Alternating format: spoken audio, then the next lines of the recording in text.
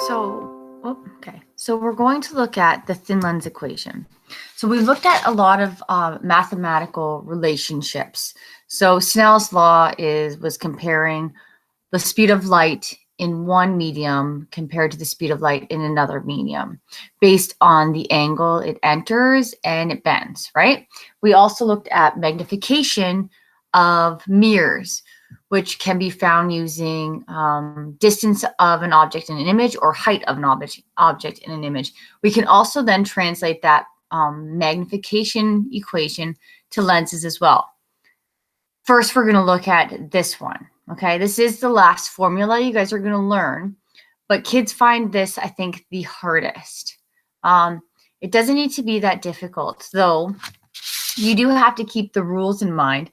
And you know what might be the easiest thing to do is just always have the sheet with you when you're working through the problems. And this will, I think, help when you have those negatives that pop up. Okay, so this is an equation that's used for the lenses where we're looking at, we're looking at distance of image, distance of object, and then the focal length. So using this equation to find the variable that is unknown, right? So you're always going to be given two variables and you're going to have to find the third. I think the hardest thing that people find with this is that it is set in a fraction. It's the fractions I think that kids get kind of scared about, but it doesn't mean to be that difficult. Though I'm going to say, we just bring it down to cross multiply. And sometimes I've said this in class, and a lot of kids don't know how to cross multiply. And now we're being at the end of the quadrimester of the year. And I don't know how many of you still haven't had math and maybe haven't gone over the cross multiply in math yet, but that's fine. I'll show you. You just have to practice. That's what it comes down to. And you're going to do some work through some questions today. So the relationship is that 1 over the focal length is going to equal 1 over the image distance and 1 over the object distance, okay? And sorry. But the thing you have to remember here is that we're dealing with lenses, and you're going to, we have our rules for different lenses and for different images, just like we did when you guys were working with the m equals negative di over dou, right? So with the rules here is that the distance of your image is going to be negative for virtual images. Okay, your focal length must be negative for diverging lenses. And then if your di and dou are known, your magnification can be calculated, which you should know because that again is your m equals negative di over dou. Okay. So di must be negative for virtual images. So you do get virtual images for both the diverging and the converging lenses, right? And with both of those, di must be negative for virtual images. The virtual images are the images that you don't have to write this down. I'm just letting you, just to try to make it hopefully make sense in your head. Images that are on, sorry, my handwriting's not very good. Images that are on the same side as the object, okay? Which is why they're considered to be negative distance. Your focal length must be negative for diverging lenses. Again, this is because you are, you know what? I'm going to just draw it all on here. You don't have to write this down. You already have this if you were to look at your lens notes, right? So for diverging is these ones, right? And excuse my drawing. And then we have our principal axis that goes through the middle. But our object is here, right? And what happens is the focal length is here, and you end up getting your image here, okay? So it's because we're using, like something like that. It's because we're using the focal length on the same side that it's negative for diverging lenses. Whereas when we're using, it looks more like a potato than the converging lens, but you know the one, this one like that, okay? Sorry. when we're using this one, technically, I know that we tend to use the focal length here, but we use the focal length that's on the other side, okay? Which is, and then this one, we don't even have to use a focal length, right? We just do this, and then we end up meeting somewhere down here. But it's because we use the focal length on the other side. That's the same side as the image, okay? So this is why the F must be negative for diverging lenses, which is this one, because we're using the focal length on the same side. Whereas this one, technically, we're also using the focal length on the other side, okay?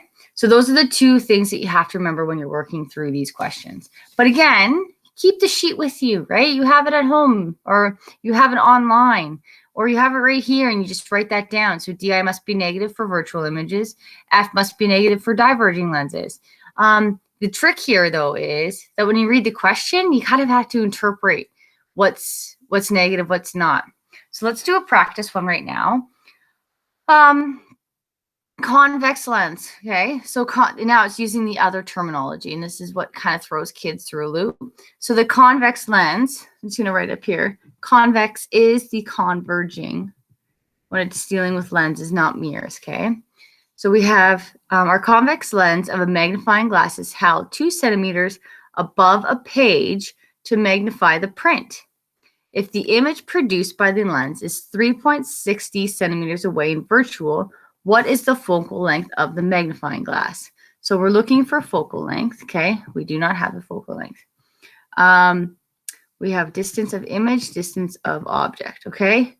The image produced by the lens is 3.60 centimeters away and virtual. So it tells you that it's virtual, okay? So it's telling you, boop, boop, that is virtual. Sorry, I don't know why I made that noise. Okay, so the distance of the image produced of the lens is 3.60 centimeters.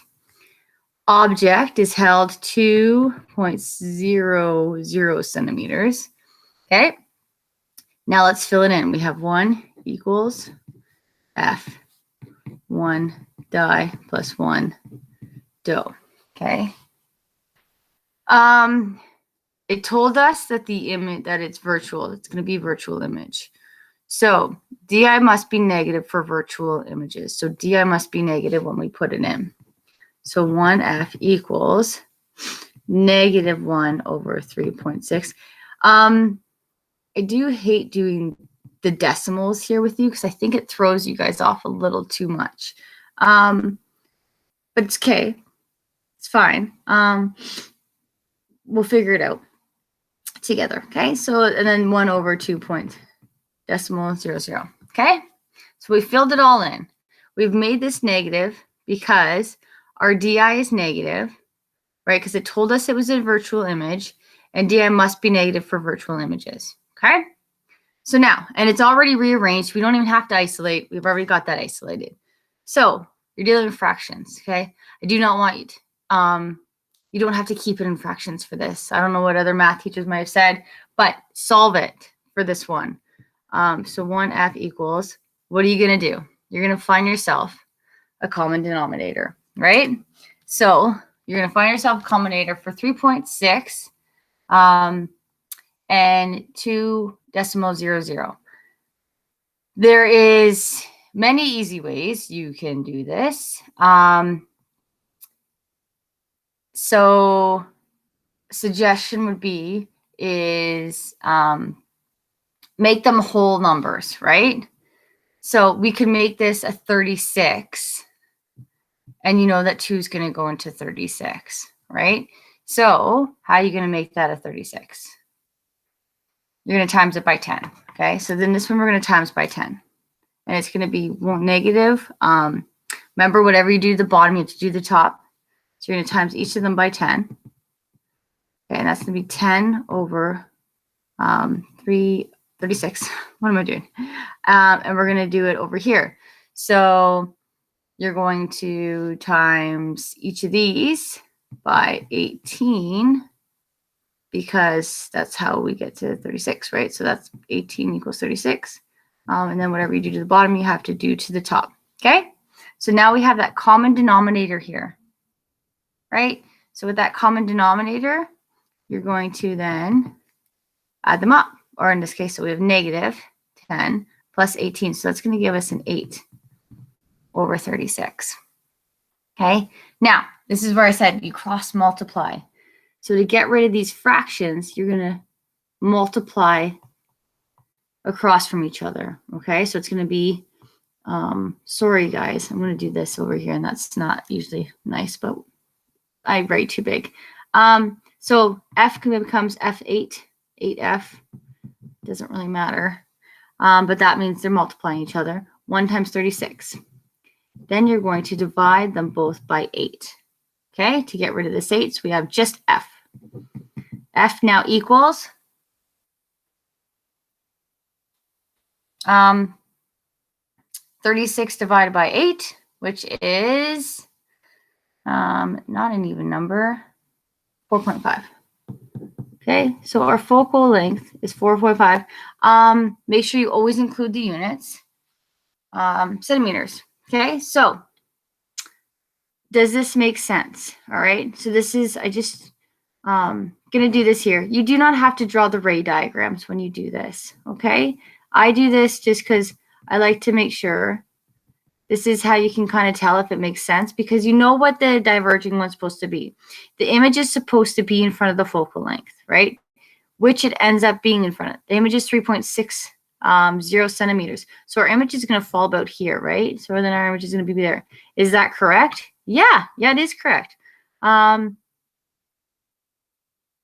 Again, our object is 2.00 centimeters. Okay, so our object is here. Okay. Oh, crap. Sorry. I did the wrong lens. But that's right.